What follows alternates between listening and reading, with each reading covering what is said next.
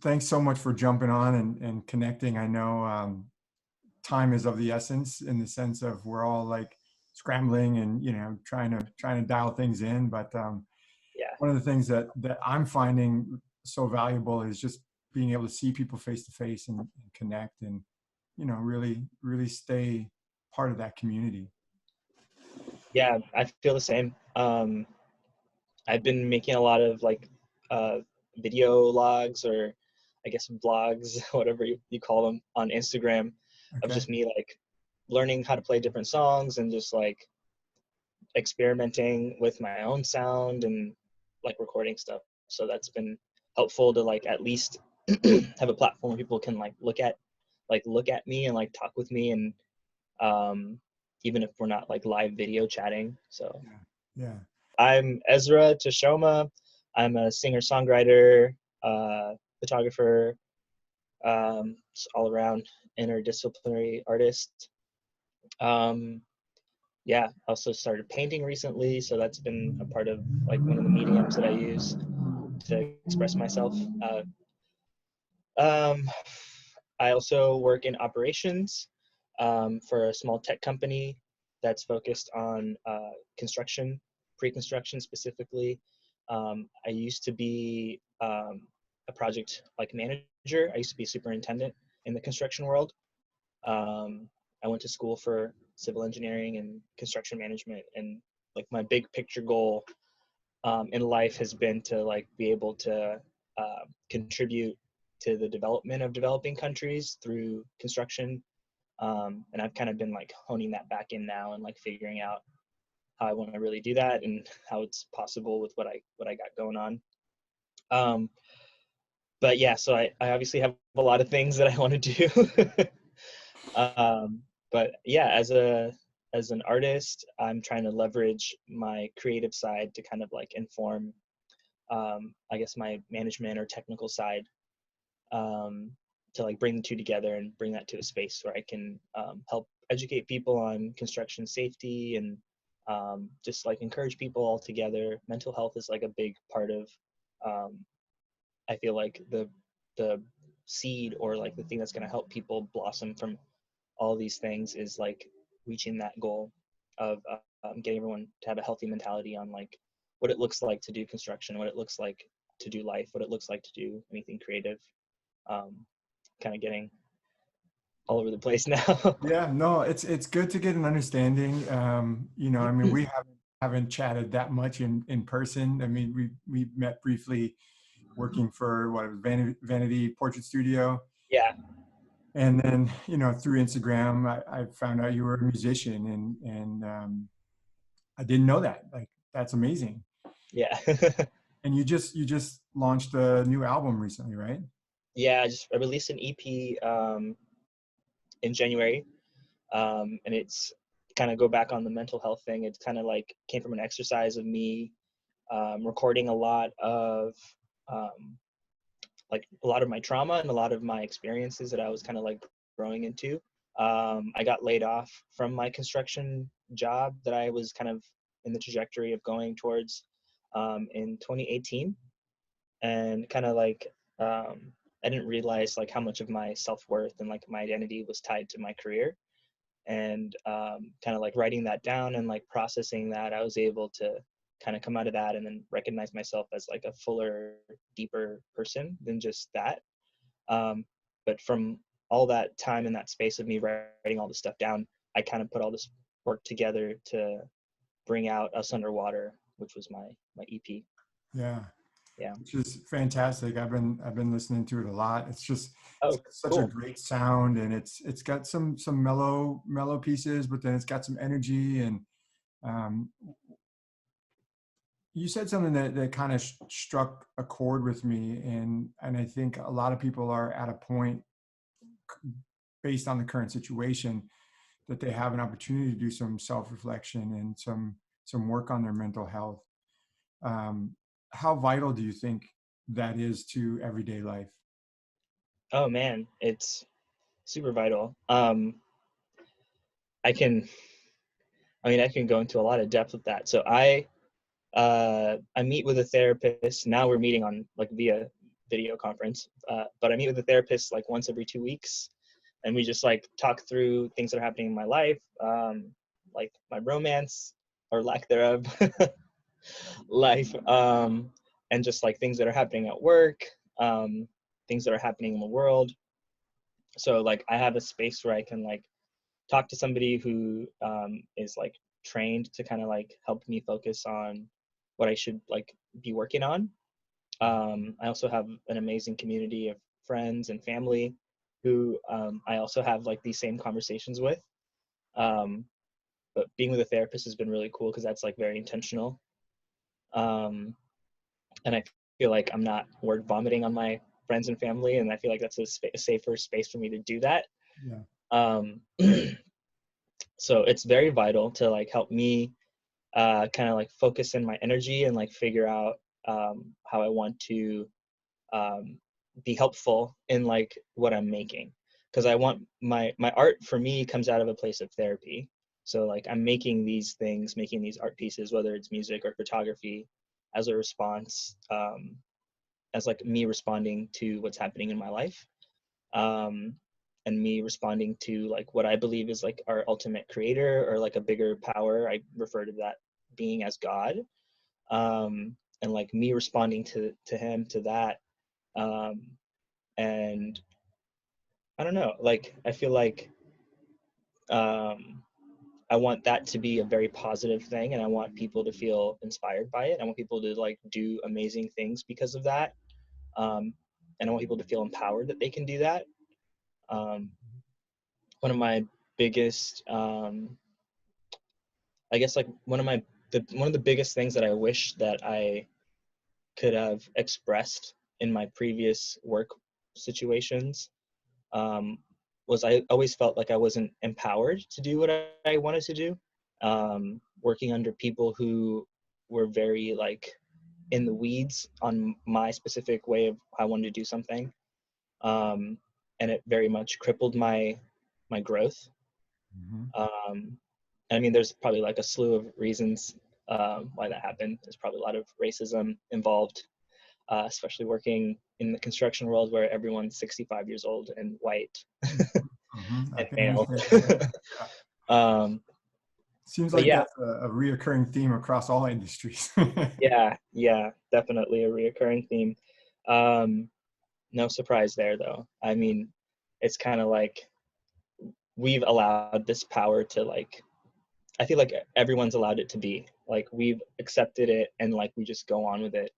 And to be revolutionary, we have to like we can't just like leave the situation. We have to like come back to it in a way where we are restored and replenished, and we're there with a mission.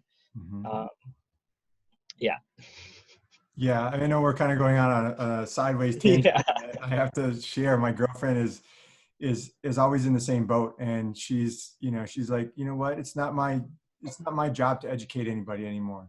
Like we yeah. we all know it's not my responsibility to even initiate the change. It's the people that are in power that have to initiate the change. But they don't see anybody who looks like us around them. They don't know that there needs to be something to be changed. Right. And I feel like every opportunity that me as a black man, as a person of color, that I get in that space, like I want to make sure that everyone understands that. For one, like I'm thankful to be there, but on the flip side, I'm not thankful to be there because of you white folks who put me here. Like I'm thankful to be here because I worked hard to be here, and I feel like I deserve to be here. Hmm. Um, but a lot of people around me have like this subconscious idea that like, oh, we're like doing Ezra a favor by letting him into our space. I recently found out, and this is kind of like transferring to like the romantic world too. Like I've never been in a relationship where I felt like equally wanted by my partner. And like talking to some friends who have been together for a very short amount of time, they were telling me about their experience and how like their desire to be with one another was so intense that like, yeah, it should be like this. Like this, I've experienced this before. And then for me, I'm like, I've never experienced that before. Like a workspace should also be in that same way, where like everyone around you feels that you are not just welcome, but that you are a necessity. Like you are a very important part of what we're trying to do here. Like you're contributing in more than just like your response time to email. Like you are contributing in your ability to like be confident and present yourself to the team, your ability to like ease our clients' tensions. Like there are different things that different people can like achieve, and it's not confined to your role. Right. Um, and when I was in the construction world, kind of I'm going all over the place, but when I was in the construction world, I found myself in meetings where I was in a meeting where the only other person on my team is like the head of our project, or like of somebody who was like an executive level. He was an executive. Mm-hmm. So it was just me and this executive guy and our clients. And those like our clients and the executive are like bickering, and Mm-hmm. I'm just there like, hey guys, like this is not that pressing. Like here's things that we could be doing. Like I'm like a fresher, like a newer perspective into like their stale mentality. Mm-hmm. And I like really helped ease that tension. And the client would like email me without including the executive like after the meetings, because they wanted to continue this conversation, continue relationship. And so ultimately we were able to finish the project on very good terms, because they were talking to me and not talking to the executive. Yeah. um Yeah, that's, I mean, so and like you said, I mean, like it's not even your job to be doing that, but you know, we do have to wear multiple hats, and to yeah, be able to pivot that way is is key. And I think it's important because as creatives, as people, if we don't stand up for what we believe in, we're always going to be taking someone else's job, you know, in the yeah, sense of like, I need you to do just this task, versus like you were saying, you were kind of being oppressed. You couldn't be the full you that you are. And I mean, how important is that for your creative process or your art? yeah. I mean, it kind of comes to like your like the person's perception of how they see themselves, right? Like their identity. Hmm. um so Yeah. there's a lot of reflection. Yeah, and I think, I mean, based on what you said, I mean that process of writing your EP was a process of soul searching and figuring Yeah, out like who you are. yeah, yeah, totally. I unpacked a lot of things during that journaling time. Like I discovered a lot of things about myself that I didn't know. Like the biggest discovery for me was recognizing how flexible I was sexually, and like how open I was. Mhm. Um, I like kind of came to terms that I was queer. Um, and it didn't like, I'm still kind of like processing that. So I'm still like figuring out what that means. And um, but yeah, so like I tried to start tackling that in those entries, and also working through a lot of grieving. I had a brother who passed away like 5 years ago because of mental health issues. He took his own life. And so like processing that and like what that means in light of who I am. Um, yeah, so there's a lot of reflection that went into this body of work. And there's even more so that I'm like pulling from for the next body of work that I'm putting together. So I've been already working on music for the next EP or album. That's awesome. So where are you recording? Are you recording at home, or what's the process like? So right now I'm just making demos. So I'm recording at home, um, stuff on my computer, and then I send them over to my friend Tyler, who's a producer. He does a lot of different types of production work. He's a really cool audio engineer. Um, and then him and I will kind of brainstorm through some things, and then um, we'll see what it's gonna look like in the end. I'm putting together a playlist of songs and different artists that I really like, and I want to like kind of channel that energy towards this body of work. And I'm seeing it become more like spacey and more like futuristic. Okay. Um, Yeah, what are some of the artists that you're pulling inspiration from? Ooh, that's a good question. um, so there's a really cool spacey album that one of my favorite artists has recently, well, I guess hasn't been that recent, a couple years ago released. Have you heard of Sufjan Stevens? I don't think so. So he's like an indie, um, I guess, singer-songwriter, but he collaborated with a few people and made a really cool album that was like super space themed. Like each song was like named after a planet or like a moon or a star or something, and super inspired by that. And it's like a totally different, I guess, like uh, genre from like his typical body of work. Um, so this is going to be a big genre jump for me as well. Hmm. But I'm also trying to channel some like pop, like pop um, references. Like The Weeknd, he released an album recently that's like very 80s. Yeah, totally. 80s. Yeah. Did you listen to that one? Yeah, like Return of the Synth, right? Yeah. I mean, I had, there's a lot of synths in Us Underwater, but I want to dive even deeper and uh, try to maybe even get rid of all the guitars and make it all synth. Yeah, Um, at least have a few tracks that are like that. yeah. So yeah, I'm kind of like all over the place when it comes to that. I also want to make some danceable like songs.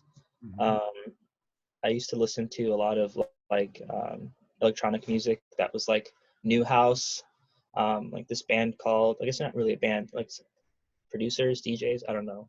They're called the Bloody Beetroots. I really Okay, like those guys. They partnered with Steve Aoki and nice. made a couple of cool tracks. Um, um, yeah, and then Daft Punk. I mean, everyone knows Daft Punk, so Yeah, I'm like yeah, throwing Daft Punk in there. Little Dragon, and probably probably one of the bigger influences on this next album will be Tame Impala. okay. Yeah, I haven't heard of them. So, Yeah, that's incredible. So when you're recording, are you playing all the guitar? Are you playing all the synth? Like how diverse is your music ability? um, it's not. I'm not that good. um, I do play the guitar, um, and it's like my main source of composition. Okay. Um, I do also play a little bit on keys. Like I understand music enough to like be able to compose Hmm. pretty basic things. I think like where my creativity and my uniqueness lies is in my vocal ability. Um, it's something that I've worked on for a very long time, so I feel the most comfortable performing with that and writing with that.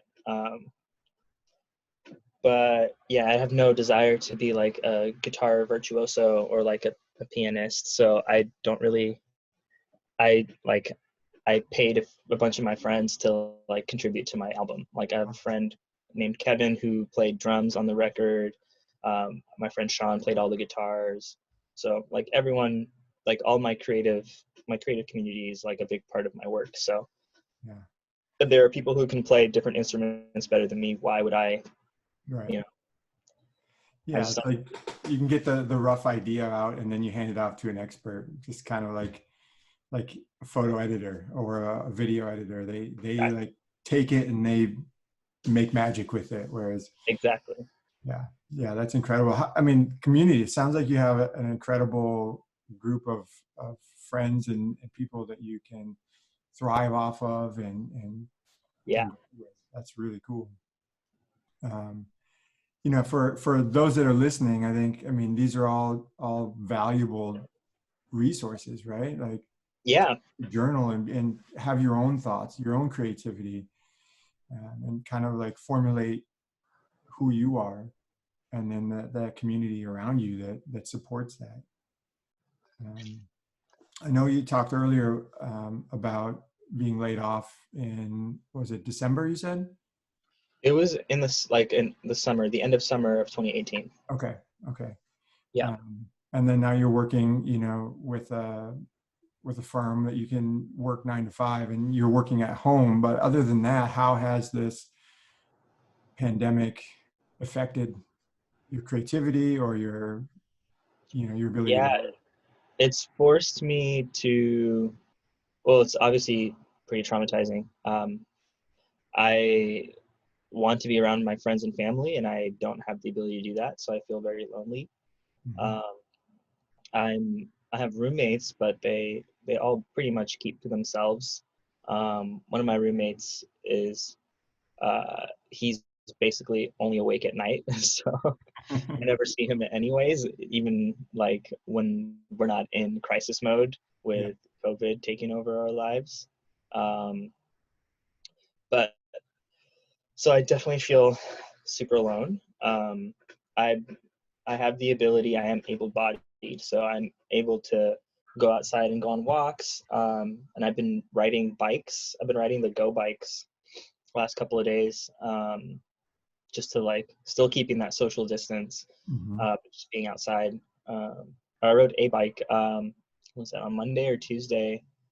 Um, to Golden Gate Park, and there were so many people. I was like, I know I'm 6 feet away from everybody, but like I think like this doesn't feel right. Like I feel like we're still probably sharing so much of this virus in Yeah. this space. Yeah, so I couldn't stay there for more than like 20 minutes. I was like, okay, this is just like there's a lot of people here.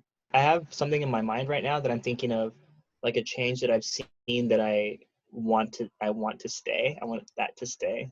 What is that? It's like everyone being over uh, friendly, or like being extra friendly digitally, that I haven't experienced before. Like a lot of people have been messaging me on Instagram, like thanking me for making videos, and like replying to my posts, and like being very communicative Mhm. in ways that I haven't seen before. So I hope that continues. Like I hope that people still feel like, even though like we can't see each other in real life, that we can still communicate digitally. Yeah. Um, hope that continues. Yeah. Honestly, I feel the same way. I feel more connected now than I did 2 weeks ago, just in the sense where I'm purposely reaching out. Other people are reaching out to me. Hmm. Versus me just kind of walking 6 blocks and going to my studio and sitting there all day working and doing whatever and then coming home. You know, one thing I'm looking forward to coming back to is just kind of revisiting, the get-togethers and being more like this in real life. Yeah, I was texting my best friend earlier today, and uh, I was telling him how I like miss being with family and friends, Yeah. and he's like, "Yeah, once we're done with this shit, like, I'm gonna party so hard." Yeah, there's And I was gonna be a big surge. Yeah, I mean, I guess that's a way to do it. I don't know. I think maybe just have different versions of like what partying hard feels like, or like it looks like. Yeah. Um, but yeah, definitely can't wait to see people and be in a group of people that I like have already developed relationships and family with. So Yeah. Yeah. Return of the dance party. yes, everyone will be dancing to my next album, I which love will it. have a I lot love more it. dance like Yes. Yeah. Do you music. have an idea of when that's gonna happen, or you Oh probably? man. Um, Let me kind of like give you a a picture of like what my music life looks like right now. So I have because I used to be a project manager, and I'm an operations manager now. Everything that I do is like managed through technology. So I have like this Asana. Have you heard of Asana? I know Asana. Yeah. Yeah. So I use that to basically manage my music work. Um, and I'm logging in right now so I can kind of walk through how I'm organizing the trajectory of my music. So my projects. So I have a single that I'm working on right now. That's probably the most far along thing in my music life. Um, and I'm waiting on a couple of things to be delivered in the mail so I can finish writing like piano parts for it. I need to get like this cable that plugs in from my computer to my keyboard. It's probably Uh, an older USB cable. yeah, well, I'm waiting for this USB hub. I have like a mini, I guess, USB-C thing, this thing. Yeah, yeah, I need to get a hub for that to go into a USB, and then I need to get something that goes from the USB into my MIDI controller, like a MIDI controller. yeah. Um, See, I got this one here. I'm waiting for the same thing. tight, yeah. So yeah, and like Amazon tried to deliver it a couple of days ago, but they like couldn't do it. I got a message saying they couldn't deliver it. It's Yeah, like, okay, great. So I don't know how I'm gonna do this now. I might just have to like use my computer to like manually type in type in the key notes. parts, Yeah, like play the keys, which is fine, I guess. I'll figure it out. But yeah, so that's like the next thing. Hopefully that song will be done and ready to be released by the summer. We recorded all the stuff for it already, like in terms of vocals and guitars and drums. Um, there is another track that I'm planning on releasing as well, but I don't know. That one's kind of tentative right now. Um, there were a few shows that I was working on getting together. They're obviously now not happening or on major pause until COVID is done. yeah. One of the shows was going to be at the Battery. Oh, nice. Another one was going to be at like an art fair. Um, and then there was another one where I started a conversation with people at the Parkside. Um, and then there was something else I was working on with a friend of mine who lives in France, planning on doing two shows, one in Paris and one in Marseille. But Oh, nice. again, these are all things that Yeah, are very much pushed off in the world. But yeah, so those are a few things that are happening in the music world. So like the next big project that I've been working on is just making a music video for my song Diaspora, which is on the Us Underwater record. So I've been partnering with a few different people on like getting my ideas together hmm for that. So I have somebody who's doing all the creative direction for it. I have a friend who's the director of photography who's doing all the video. nice. I have a friend who's doing choreography work, and then of course my friend Tyler, who produced my EP, is going to be doing all the audio work Oh, for the amazing. music video. Yeah, so we can't shoot until Yeah, until this all subsides. Um, but since it's going to be a small team, I'm reconsidering, um, like, like maybe we could potentially still keep social distance and still shoot it. yeah, So thinking about how to make that happen. There's um, the money aspect. Like I want to make sure people have the money to be able to like go to these places and shoot and feel compensated for their work and their time. Um, so yeah, so that's hopefully Diaspora will be filmed by summertime. yeah. It'll be released by the fall. Um, and then I've been writing music, so I've already written 2 songs for the next album, but I don't see that coming to life until next year. So Sure, sure. we'll Yeah, it takes see. a while. I think, sometimes people don't realize, especially when you're balancing so many things, how long it actually takes.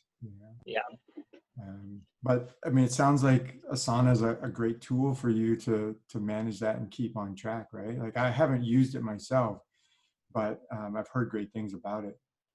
It's like yeah, so it's like project management basically.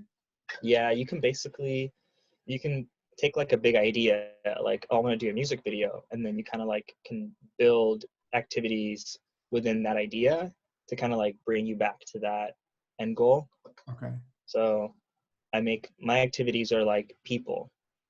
So like I'll assign a person to like, all right, I need to have someone to help me direct this, or like help me with, even if it's just like writing a song and I have a vision for a song. It's like I want someone to play strings, and like I know 3 people who play strings who have access to a harp or a violin, and so I'll like put their names in there tentatively and then like invite them to the project. Yeah, when I nice. feel like it's developed enough. Yeah. Yeah.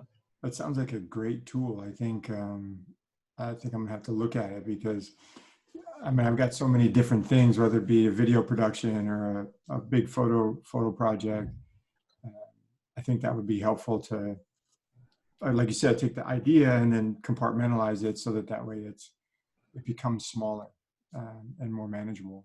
And then you, like you said, I mean, you also then can have other people join in and help manage that. That sounds. Yeah. I definitely want this to be a communal effort. Like, I'm not even sure if I'm going to release my next album as Ezra Teshome, which is my artist name, which is my name. I'm thinking about releasing it as like a communal, like as a like an artist collective or something. I know Mhm. like Brockhampton is like doing stuff like that. I know Dev Hynes is doing that with uh, what's Dev Hynes' project called? Blood Orange. Blood orange. Okay. Yeah.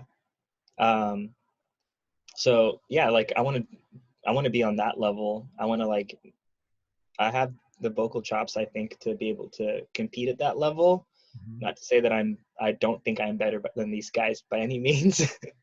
um, but I think I can get there. Like if I had a good enough microphone and if my producer friend was willing to spend enough time to do all the pitch corrections that all these guys get in Yeah. terms of treatment, which people don't even like recognize or like know. Yeah. It's like there's so much delay and echo and reverb happening that and it's happening so subtly that nobody even knows Yeah. that it's happening. One of my friends sent me a video today of like all these people recording stuff from their phones, and it's like they have like their headphones in, they have like their phones in the on the screen, Yeah. and I'm like, this is all fake. Like this sounds way too good to be recorded on a freaking iPhone Yeah. mic.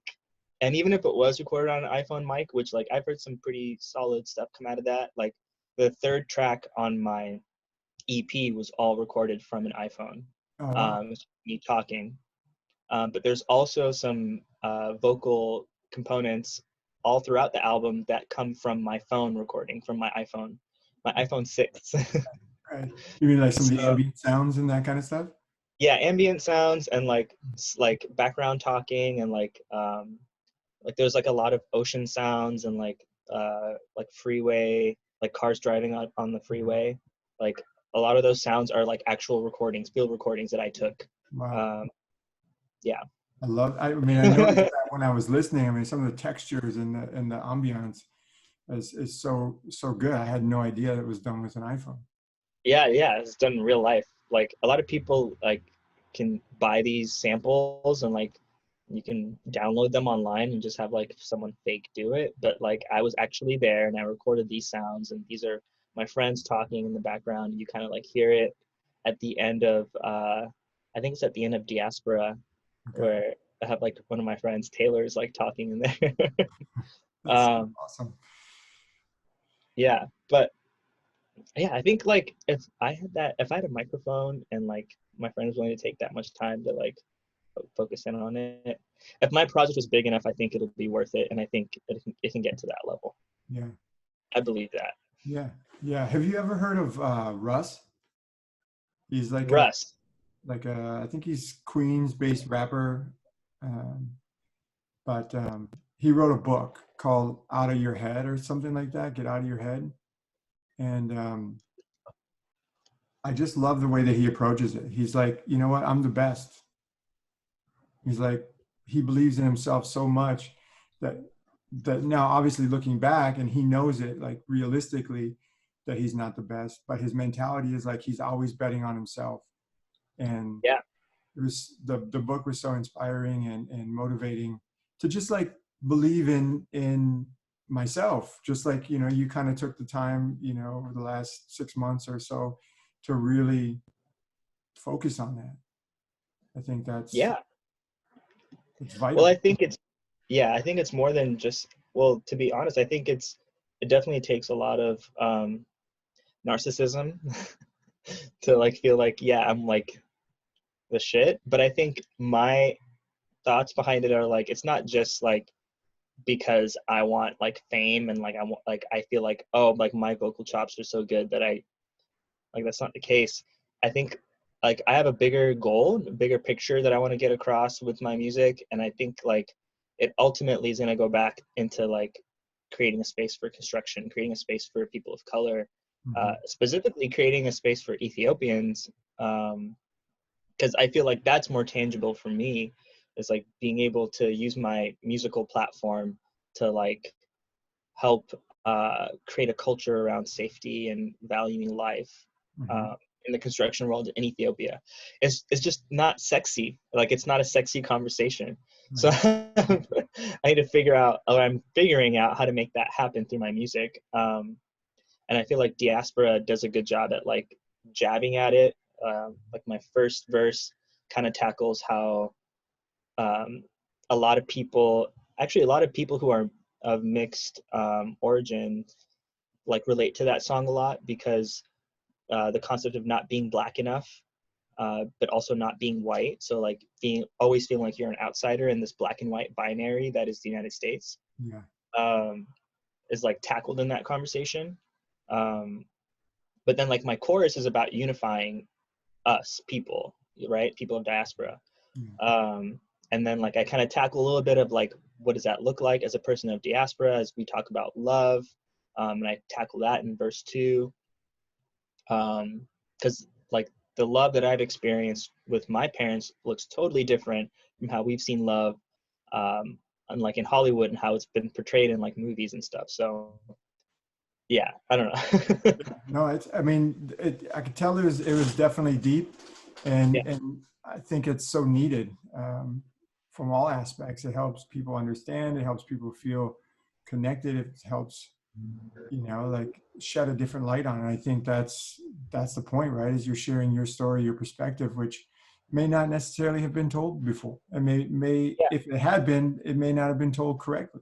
You know. Well, I mean, and the point is like the story's being told to like unify a community, unify people. And like my goal is to unify people of color, unify Black people, specifically unifying Ethiopians. But I mean, like, it's all coming to a place where like we're being unified so we can love each other and so we can be the change we want to see. So like the chorus, the lyrics are, will we rise to be the change we want to see? Because I want to see a lot of change in this world, and I'm sure a lot of people feel the same way. Um, and so my music isn't so much about Ezra Teshome. It's really about us. Mm-hmm. Um, and I don't know. And I think that it's hard for me to, I don't know. I don't know where I'm going with this. I guess what I'm trying to say is like I am kind of a narcissist. uh, but yeah, I mean, I'm gonna try to use every single platform I can to like grow in that way, I guess, to like bring it back to that.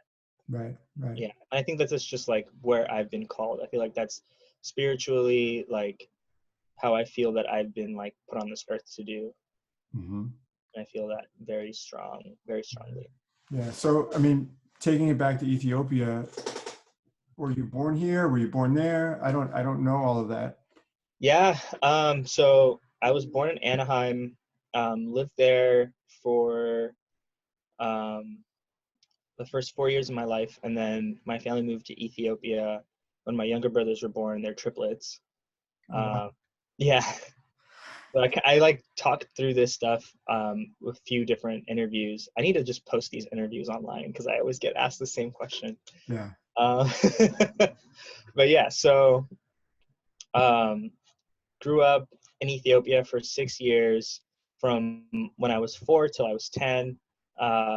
So like growing up in a developing country, like having already lived in the States, having lived in a very like large metropolitan area such as LA, and like seeing all these highways and roads and bridges and buildings and all these things, all this development, going to Ethiopia and not seeing that was like jarring and scarring for me.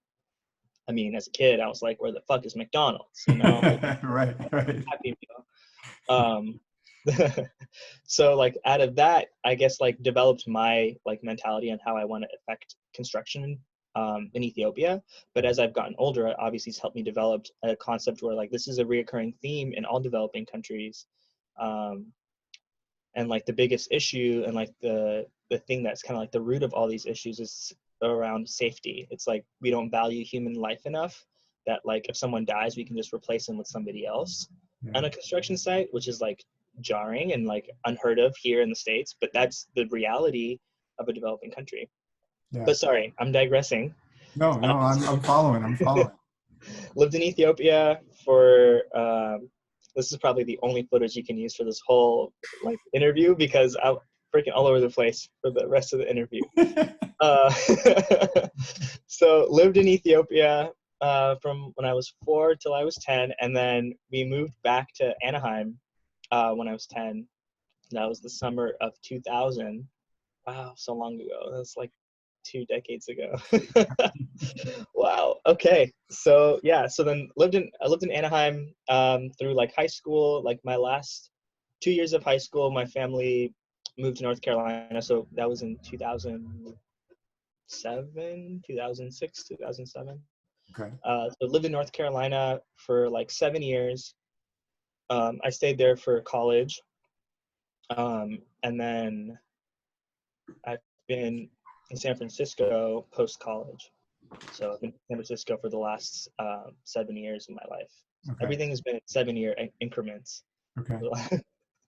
That's coincidental, right? Yeah. Is that your dog? Yeah, she finally came out on camera. Hey, what's Hey. her name? Well, now she doesn't want to come. No. What's her name? Nola. Nola. No response. There we go. Dude, that's like the one thing I need right now is like a pet. Yeah, they obviously the shelters had to close down, so Oh wow. people flock to pick up the dogs and the cats and stuff. That's crazy. Yeah. I guess I mean the only reason why I wouldn't get a pet is because of my roommates Yeah. and our landlord wouldn't let us do it. But I mean times are kind of like changed to the point now where Yeah. I can probably get away with murder. Right. Right. I don't even think we have to pay rent legally, right? I don't even know what's going on with that. I'm just Yeah, gonna hold off until someone says rent. yeah. I think they said that like they'll postpone it for a couple months or something like that. That's crazy. Yeah, I don't know. Everything's kind of crazy, but no, I mean, she's the best. We fly with her everywhere, and it's just such a support, Yeah, she looks so well groomed. Yeah, she's we got her a summer cut in the winter, and she's finally Nice. going back. So what's like your ancestral background? What's your history? So on my dad's side, I'm Swedish and Ukrainian, and my mom's side is Jewish and Polish, and I think some like Native American somewhere in there. Mm, But I don't know. We haven't like my dad doesn't speak Ukrainian, and my grandma passed away, and like there's not much that's coming down the wavelength as far as our family history. So that's one thing I'm working on searching out too is trying to find some of those original cultures and to not stay true to that, but at least be informed of that. yeah, I've been doing a lot of whenever I go down to SoCal to visit my parents. My parents now live in Corona. Okay. I always like ask them questions about their history, about our family history, and like I record a lot of it. Yeah. I discovered some crazy shit. Like I found out that my grandfather was like an illegitimate son of the Ethiopian emperor Oh, wow. Menelik, Okay. who was like so my grandfather was essentially first cousins with Emperor Haile Selassie. Okay. And it was really bizarre because at that time people believed that my grandfather was actually the heir, like the proper heir to the throne. Mm-hmm. There was a community of people who believed that, but Emperor Haile Selassie kept really close relationships with my great grandfather, so that there wouldn't be some sort of like uproar. So everyone knows that like this is okay, that like Emperor Haile Selassie is like in power. Hmm. And it was like so much so to the point that like the emperor actually had a lot of um, pull on the things that my family had to do in their life on my dad's side of the family. Right. Um, like my dad told me that when my grandpa Teshome, when he got married, it was a big deal because Emperor Haile Selassie wanted him to marry somebody else. And Uh, so my grandpa was in the military. And so because of what he did, because of his actions that he married out of love. He was like banished from the capital city where his family, his ancestry is from. So he had to go work in like the countryside for like, I think it was like 7 to 10 years, something ridiculous like that, where he had to work outside of, like, away from his family. wow. So he was punished for that. Yeah, he was like reassigned, essentially, because he worked for the government. He was in the military, so he was like reassigned on his post.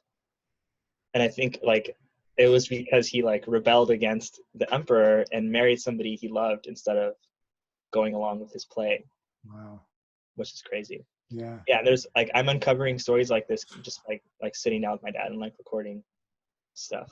Yeah, that's so important. I mean, obviously that's a pretty significant story, but like, I think we all have some of that in our history if we listen. Yeah. That's, I have to do the same thing. Like when I was living in New York, my family came out, we went to Ellis Island, and all the people that we thought came through there, we couldn't find record of it. Mm. So we thought, well, maybe there was a different name, or but that history is somewhat vanished because nobody knows. Hmm. Like nobody in the family really knows. I mean, I feel like there's a lot of value in knowing, but Hmm. I feel like it can be liberating that um, you still have like this time to create your own history, Yeah. and kind of like be focused on who you want to be for your descendants. Hmm. Um, but yeah, Yeah. Awesome. Well, I know you gave me about 15 minutes, and we for quite a while. yeah, it's almost 2. I have some things I need to get to. Yeah. Uh, Well, I can't thank you enough for connecting. I think we should do it again. I mean, I would love to stay in touch more frequently. Can't wait for Same. the music to come out and to get my hands on that. So Thank we'll you. chat Yeah. again via IG and all that stuff in the meantime. But